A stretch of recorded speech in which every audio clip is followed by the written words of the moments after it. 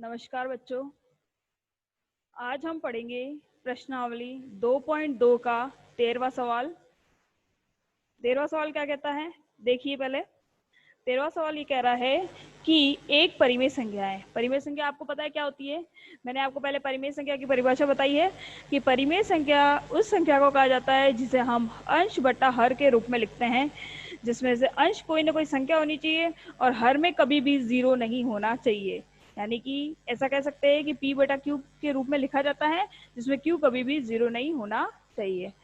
ठीक है, तो ये एक परिमेय संख्या है जिसमें जिसको है ना 5/2 से गुणा करने पर, तो माना कि वो परिमेय संख्या x है, उस x को 5/2 से गुणा करने पर, ठीक है, जो आंसर आएगा उस आंसर में 2/3 को जोड़ना है, तो आपको लास्ट में आंसर, मेन आंसर माइनस के 7/12 प्राप्त हो जाएंगे। तो पता करना है वो परिमेय संख्या कौन सी है। ठीक है, तो हम कैसे करेंगे देखते हैं। कि सबसे पहले हमने कहा है कि कोई माना कि कोई परिमेय संख्या, उसका गुणा करना है 5/2 से। तो माना कि वो परिमेय संख्या क्या है, x है। x है, फिर x को 5/2 से गुणा करने पर, तो x को 5/2 से गुणा करते हैं, तो x इंटू 5/2, तो गुणा करेंगे तो कितना आएगा, 5x/2। क्या आएगा, 5x/2। फिर उसके बाद में बोला इन्होंने जो आंसर आता है उस आंसर को 2/3 जोड़ने पर, जो आंसर आया, अपने पास आंसर क्या आया, 5x/2 आया। अब इस आंसर में अपने को 2/3 जोड़ना है, तो उसमें 2/3 जोड़ने पर, तो हमने क्या किया है, 5x/2 प्लस 2/3। ठीक है, तो इन्होंने कहा है तो अंत में आपको आंसर माइनस के 7/12 प्राप्त होता है।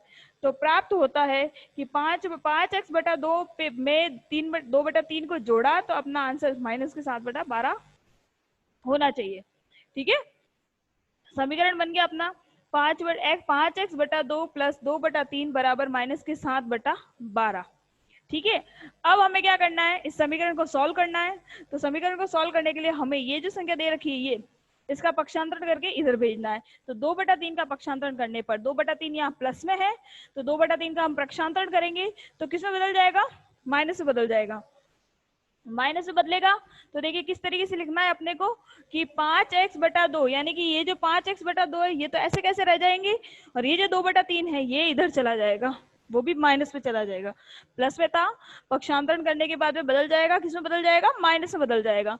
तो माइनस में बदलने के बाद देखिए कि माइनस के 7/12 माइनस के 2/3। अब हमें इस 12 और 2/3, 12 और 3 जो है, इसका अपने को क्या लेना है, लसअप लेना है। लसअप लेना है तो लसअप लिया हमने 12, इसका दोनों का लसअप आता है 12। मैं आपको लसअप लेना बता दूं किस तरीके से लसअप लेते हैं, देखना, ध्यान से देखना कि 12 और 3 का लसअप लिया हमने। सबसे पहले 2 का भाग जाएगा 6 बार, 3 में नहीं जाता तो ऐसे कैसे लिख देंगे। फिर 2 का भाग जाएगा 3 बार और इसमें नहीं जाता तो ऐसे कैसे लिख देंगे। अब 3 का भाग जाएगा 1 बार। ठीक है, तो आंसर आया 2 दूनी 4, 4 तरी 12 आ गया 12। तो आंसर अपना लसअप आया 12 आ गया। अब आपको देखिए ये संख्या तो ऐसे कैसे उतर जाएगी, और इन दोनों का मिला के लसअप 12 आ गया। अब ध्यान देने वाली बात अब है, ध्यान से देखिएगा सब, कि 12 का भाग 12 में देंगे कितनी बार जाएगा, 1 बार जाएगा। 1 को ऊपर वाली संख्या से गुणा करेंगे, ऊपर वाली संख्या क्या है, माइनस का 7। ठीक है, तो 7 एकम 7।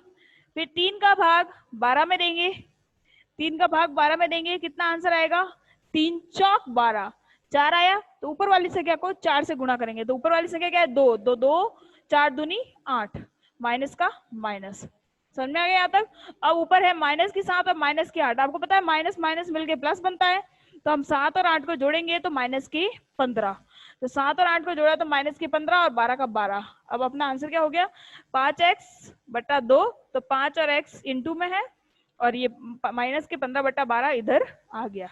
अब अपने को आगे आंसर ज्ञात करना, तो अब ये जो हम ये बटे का जो 2 है, इस 2 का पक्षांतरण करेंगे, 2 का पक्षांतरण करेंगे इधर, तो क्या आंसर आएगा देखते हैं।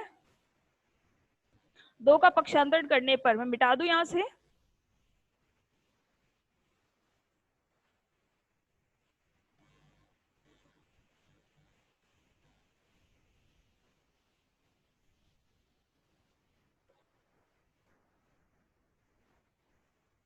दो का पक्षांतरण करने पर, तो देखिएगा आप ध्यान से देखिएगा कि मैं 2 का पक्षांतरण करूंगी तो इधर तो रह जाएगा 5 इंटू x इधर आ जाएगा, और इधर जो है ये माइनस के 15/12 है, तो इधर जो बटे में 2 था यानी भाग में 2 था, तो ये गुणा में चला जाएगा, गुणा में चला जाएगा 2/1।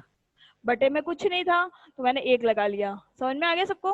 अब हम भाग कर, अब हम आमने सामने गुणा कर देंगे। ठीक है, आमने सामने गुणा कर देंगे तो इधर तो रह जाएगा 5 × x, और इधर हो जाएगा 5, 15 दूनी 30, 12 एकम 12। ठीक है, अब हम इस 5 का पक्षांतरण करेंगे, तो 5 का पक्षांतरण करने पर, 5 का पक्षांतरण करेंगे तो अपना आंसर आना चाहिए, इधर तो रह जाएगा x, ये 5 यहाँ गुणा में है तो यहाँ जाके किसे बदल जाएगा, भाग में बदल जाएगा। ठीक है, माइनस के 30/12 के भाग में चला जाएगा 5/1। बटे में कुछ नहीं था इसलिए मैंने 1 लगाया। ठीक है, अब हम देखिए x बराबर माइनस के 30/12 है, इसके गुणा में 1/5 उल्टा हो गया।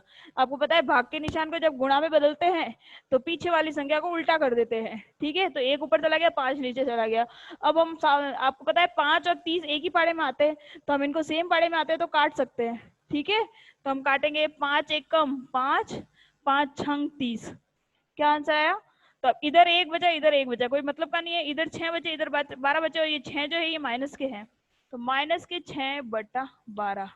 अब आपको पता है 6 और 12 भी सेम पाड़े से कटते हैं, किसके पाड़े से? 6 के पाड़े से ही। तो 6 एकम 6, 6 दूनी 12, और ये माइनस का, तो अपना आंसर क्या आ गया? माइनस का 1/2।